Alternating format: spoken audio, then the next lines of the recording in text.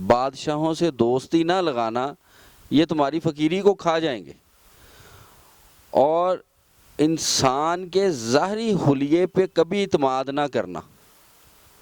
ہو سکتا ہے کہ تم جسے درویش سمجھو وہ درویش کے حلیے میں کوئی ڈاکو ہو، اور یہ بھی ہو سکتا ہے کہ جسے تم ڈاکو سمجھ رہے ہو وہ ڈاکو کے لباس میں کوئی اللہ کا کامل ولی اللہ ہو۔ تو انسانوں کے ظاہری لباس اور بود و نمائش پہ نہ جانا، بلکہ ان کے تقویٰ کو دیکھنا کہ وہ تقویٰ پہ کتنے مضبوط ہیں۔ تو آپ فرماتے ہیں کہ اس کے بعد ان کا جو سر اقدس تھا وہ میری گود میں تھا، اور اس میں انہوں نے پھر پردہ فرمایا، تو پھر میں نے خود ان کی تدفین کا بندوبست کیا، اور اس کے بعد حضور جب وہاں سے فارغ ہوئے تو آج جہاں پہ حضور کا مزار اقدس ہے، یہاں پہ حضور چشمے والے مقام پہ ایک درخت تھا، اس درخت کے پاس آ کے حضور تشریف فرما ہوئے اور اللہ کی عبادت میں مصروف ہو گئے۔ تو ایک دن حضور نے دیکھا کہ ایک بوڑھی عورت اپنے سر پہ دودھ کا مٹکا اٹھا کے لے کے جا رہی تھی، تو آپ نے اس کو بلایا، فرمایا کہ ادھر میرے پاس آؤ، بتاؤ کہاں جا رہی ہو؟ تو وہ کہنے لگی کہ حضور میں یہ دودھ یہاں پہ ایک جوگی ہے رائے راجو رام، اس کو دینے جا رہی ہوں۔ فرمایا کیوں؟ تو وہ کہنے لگی کہ حضور اس لیے کہ اگر ہم اس کو دودھ نہ دیں تو ہماری جو بھینسیں ہیں نا وہ خون دینا شروع کر دیتی ہیں، تو اس لیے ہم لوگ ان کو دودھ دیتے ہیں تاکہ ہماری بھینسیں بیمار نہ ہوں۔ تو آپ نے فرمایا کہ اس طرح کرو کہ آج یہ دودھ تم ہمیں دے دو، تو جاؤ تمہاری بھینسیں آگے سے دودھ زیادہ دیں گی۔ تو وہ اماں جی وہ دودھ کا مٹکا سرکار کی نظر پیش کر کے چلی گئیں۔ حضور کی جو ضرورت تھی وہ حضور نے استعمال کیا۔ آپ کے دو پیر بھائی آپ کے ساتھ تھے، حضرت میرا اپنا ابو سعید اور احمد سرخسی سرکار، ان کو جتنا چاہیے تھا انہوں نے لیا اور باقی سب غربا میں تقسیم کر دیا۔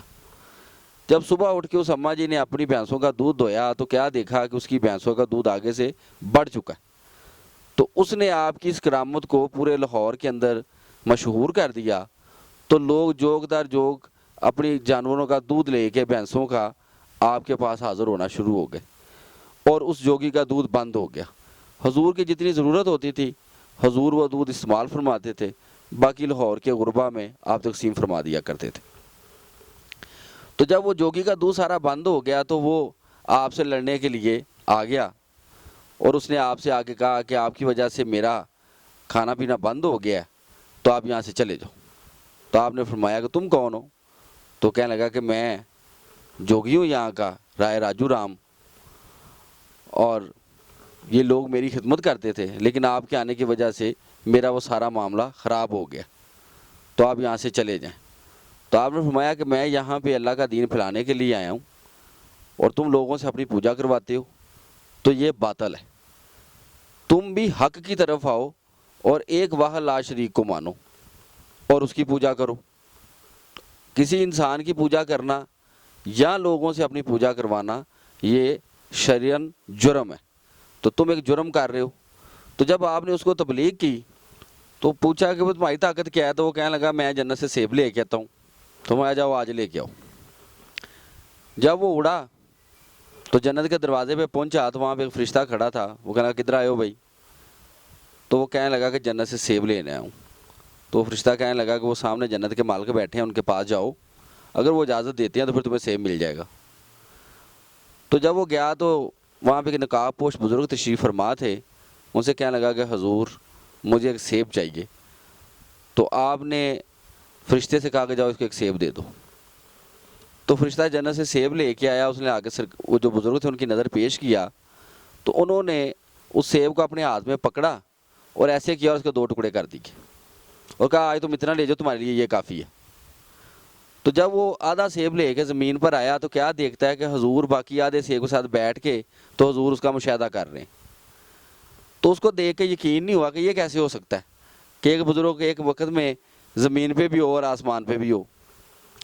تو وہ واپس اڑا۔ جب واپس اڑا تو حضور نے فرمایا کہ تم دیکھ کر بھی نہیں مانتے، تو آپ نے اپنی نالین کو حکم دیا کہ اس کو پکڑو۔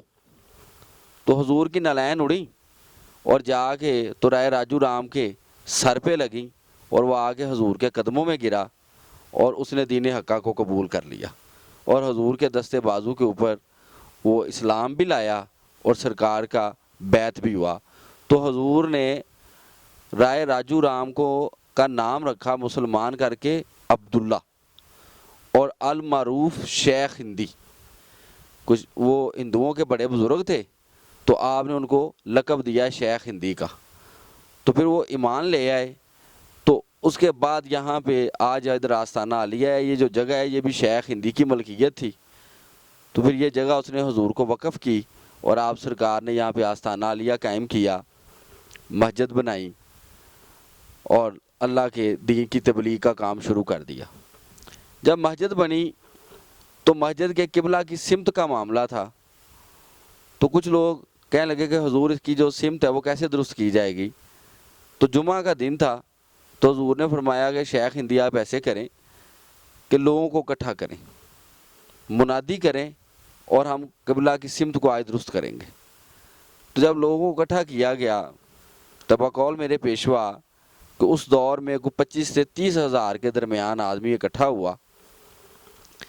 تو نماز جمعہ کی ادائیگی کے بعد آپ نے فرمایا کہ شیخ ہندی آپ اینٹ لے کے تیار رہنا۔ جہاں پہ حضور خواجہ غریب نواز سرکار کا حجرہ ہے اس کے بالکل سامنے آپ نے دیکھا ہوگا کہ وہاں پر ایک پتھر ہے کہ جہاں پہ لکھا بھی ہوا کہ یہاں پہ کھڑے ہو کے حضور نے قبلہ کی سمت کو درست فرمایا تھا۔ تو وہاں پہ کھڑے ہو کے تو پھر حضور نے دعا کی، تو سرکار داتا پیر نے دعا کی اور خانہ کعبہ کو وہ تمام لوگوں نے قبلہ کے مقام پر دیکھا۔ تو شیخ ہندی سرکار نے آگے بڑھ کے وہاں پہ اینٹ رکھی اور مسجد کی سمت کو درست فرما دیا۔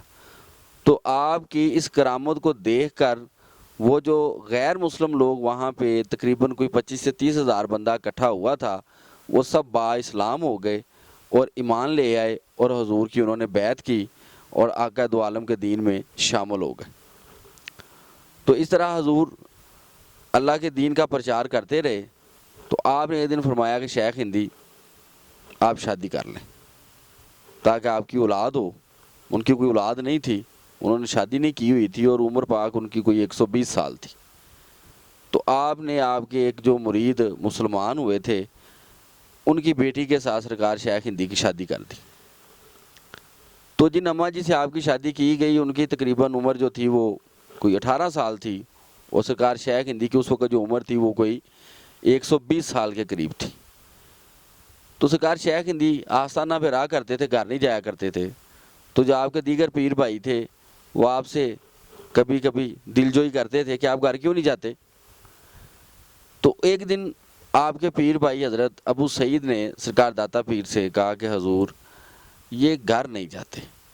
تو آپ نے جلال میں فرمایا کہ تمہیں ابو سعید اس سے کیا ہے، جب چاہیں گے چلے جائیں گے، تم خاموش رہو۔